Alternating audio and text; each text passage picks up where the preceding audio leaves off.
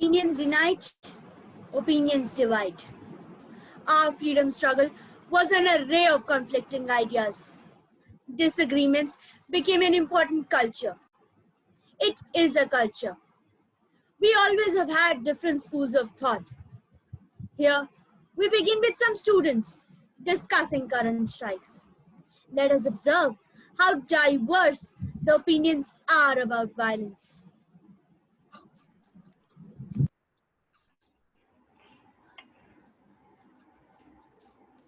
Yeah, I don't understand why do people get involved in violence? I mean, they harm themselves, they harm others. And it isn't right to use sticks and stones to prove their strength. But sometimes it's essential. What? What are you saying? Consider history, for instance. Do you remember the Chauri Chora incident? It was necessary to give a rigid response to the British and police brutality. But even if it led to the withdrawal of the non-cooperation movement, It could have been worse if people wouldn't have shown resentment. The protests were being shut down by arrest. Those people had the courage to challenge the British government. But there are proper ways to show resentment. You cannot go and burn down offices just to express what you feel. It isn't fair, na? I agree. According to me, there should be a balance, but I also believe the other cheek principle isn't feasible at all. I mean, when people try to express courage, sometimes it goes wild. It's really complex.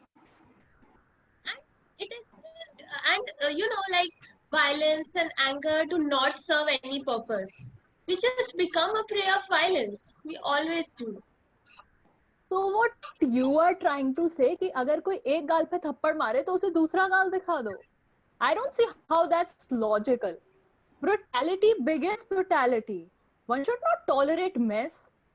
A little bit of destruction and a little bit of wilderness can bring people right back on track. But isn't it insane to think that violent beatings and thrashings can get you anything? Do you also go and throw stones at people who don't understand you? It's not about understanding. It's about the efforts to understand. And people in power, they don't even try to understand. You need to assert the process. And if it works, violence is essential. So, violence is essential when no other means are left, right? अरे तुम मेरी सुनो. The essential you guys are talking about can be troublesome for our own families. What if your reactions are reacted upon your loved ones? कभी सोचा है? So what you are trying to say, क्योंकि just because कुछ होगा, उसके डर से कुछ करे ही ना. One should not withdraw from attempting because of fear. Cowardice never helps. The opinions of the students are clashing, and so were the ideas of Indians about Gandhi's doctrine of non-violence. There was a turmoil in the country. He wisely thought to drop the rebellion, but other leaders weren't satisfied. It wasn't an easy decision. It shaped our freedom struggle. It shaped our history. It reshaped our faith in the art of non-violent efforts. The following scene is set in a small room with a lamp burning at the edge of the window. Gandhi is sitting in his floor mat, adjusting the spindle of his charkha. Nehru enters after a moment. It is a very pleasant evening, Gandhiji. Why do you not join us outside? I need to finish what I started, Jawahar. I can't leave things unfinished like this. But you can choose when to start and when to finish this work accordingly. Taking a small break would do you good. I know you're anxious about what happened during the protests in Bareilly in Punjab and the other places too. Don't be so hard on yourself. Plus, we have an upper hand now. How can you expect me to not be hard on myself, Jawahar? I receive letters both from Hindus and Mohammedans, from Calcutta, Allahabad, and the Punjab. telling me that the wrong was not all on the government side, that our people were becoming defiant, aggressive, and threatening, that they were getting out of hand and were violent in demeanor. This is not the path I wanted to take. This is antithetical to my ideologies. People are acting recklessly, and I can't do anything about it. But you can't control everything, Bapu. Things are meant to fall in their place on their own. You can't change the course of a river. You can't change at what speed it flows. You can't change if it floods the villages or not. All you can do is to spectate and marvel at its majesty, at its beauty. Same thing goes for our movement too. It's majestic, Bapu. I wish you could see the zeal, the passion in the eyes of the youth. I believe we're finally reaching the threshold of our victory. I can feel it, Bapu. I can almost see it in front of my eyes. Maybe this passion, this aggression is good for us, for our cause, for our motherland. You gave a beautiful example, Jawahar. I sure can't control a river, but I can build a dam to check its course and speed. Let me give you a better example. There are other things which I, as a human, cannot control, like how a tree will grow, in which season it will bloom, when will it reap its fruits, or when would it shed its leaves. But it is my choice, and it is in my hands to choose the seeds I sow. I cannot sow the seeds of violence on this pious land that would reap the bitter fruits of disharmony and hatred. You are not understanding my point, Baba. Your words seem awe-inspiring on paper, but this would lead us nowhere.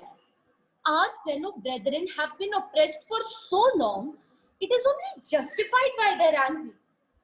Also, all revolutions to overthrow tyranny emanated with a sense of aggression, and that reaped results. And those are the results we are looking for. The cause we are fighting for is to liberate our motherland, Jawahar. This country is like no other. This revolution would be like no other. This, my friend, is a glorious revolution.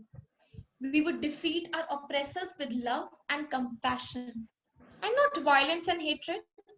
This is the land of Buddha. This is the place where Ahimsa was born.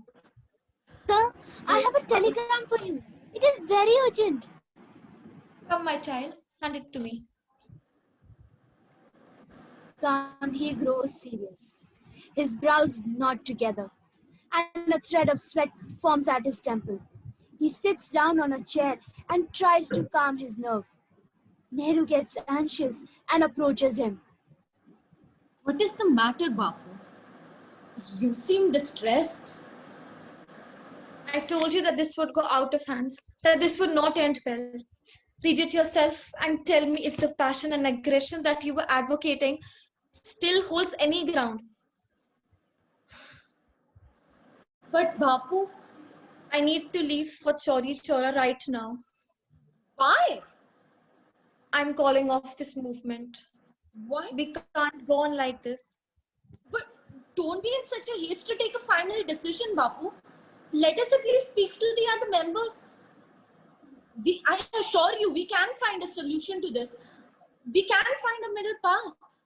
No, Jawahar, I am done negotiating. I am done trying to find a middle path. It is time for me to take action. I need to do so before it's too late. And what about all this progress that we have made? What about the efforts of our fellow party members, Bapu? What about this cause that we're fighting for?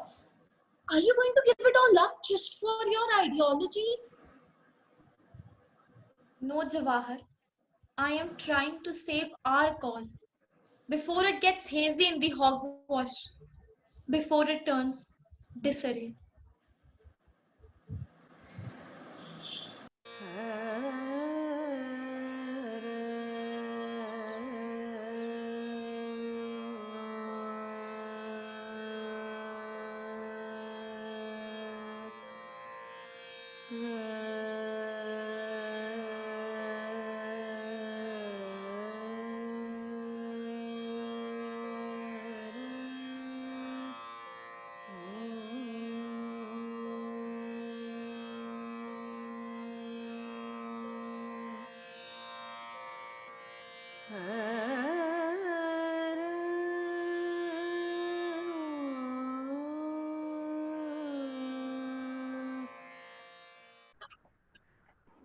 You need cowardice with non-violence so easily.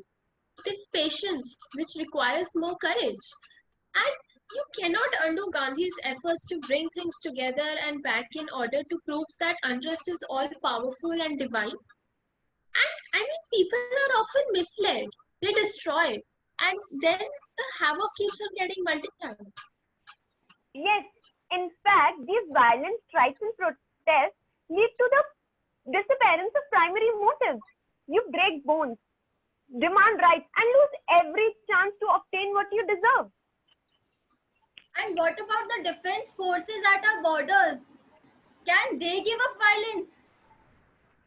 My dear friend, it is important to show your enemy how powerful you are.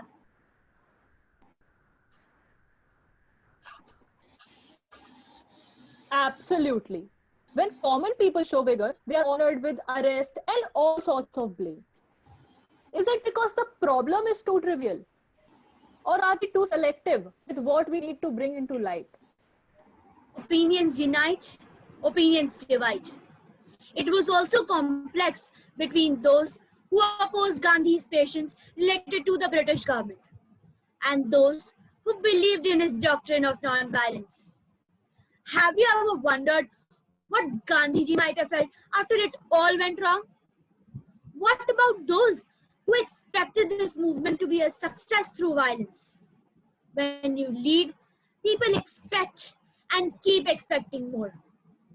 Then it was more significant. It was our freedom struggle. We could afford to see any efforts being wasted with anger. मैं कोई दूरदर्शी नहीं हूं। मैं एक व्यवहारिक आदर्शवादी होने का दावा करता हूं। अहिंसा का धर्म केवल ऋषियों और संतों के लिए नहीं है, ये आम लोगों के लिए भी है। अहिंसा हमारी प्रजाति का कानून है, जैसे हिंसा पशुओं का कानून है। पार्श्व में आत्मा सुप्त होती है और वह कोई कानून नहीं जानती है, केवल शारीरिक बल के। मैं अपने देशवासियों को ये दिखाने का प्रयास कर रहा हूं कि हिंसक गैर सहयोग केवल बुराई को बढ़ाता है और ये कि बुराई केवल हिंसा से बनी रह सकती है। इसलिए बुराई के समर्थन को वापस लेने की आवश्यकता है। खैर, ये मेरी महत्वाकांक्षा है एक उदाहरण देने की, और ये मेरा सपना है कि मेरा देश अहिंसा के माध्यम से अपनी स्वतंत्रता जीत सके। और मैं अनगिनत बार दुनिया के समक्ष दोहराना चाहूंगा कि मैं अपने देश की स्वतंत्रता को अहिंसा की कीमत पर नहीं खरीदूंगा। अहिंसा के साथ मेरा व्यवहार इतना निरपेक्ष है कि मैं अपनी स्थिति से विमुख होने के बजाय आत्महत्या करना श्रेष्ठ समझूंगा। और इसलिए मैं अहिंसा और अधिकता से अहिंसा की याचना करता हूं। ये मैं बिना ज्ञान के नहीं, बल्कि अपने पीछे 60 साल के अनुभव के साथ कह रहा हूं।